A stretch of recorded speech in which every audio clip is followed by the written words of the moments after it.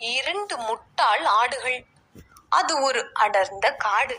அந்த காட்டின் நடுவே ஒரு குறுகிய பாலம் ஒன்று ஆற்றின் நடுவில் இருந்தது. ஒரு நாள் அந்த பாலத்தை கடப்பதற்காக இரண்டு ஆடுகள் பாலத்தின் அருகில் வந்து கொண்டிருந்தன. ஒரு ஆடு பாலத்தின் ஒரு முனையிலும் மற்றொன்று மறுமுனையிலும் வந்து நின்றன. அந்த பாலத்தை ஒரே நேரத்தில் ஒருவர் மட்டுமே கடக்க முடியும். இது தெரிந்தும் இரண்டு ஆடுகளும் பாலத்தை கடப்பதற்காக ஒரே நேரத்தில் ஏறி பாலத்தின் நடுவில் வந்து நின்றன. முதலாவது ஆடு, எனக்கு வழிவிடு, நான் செல்ல வேண்டும் என்றது.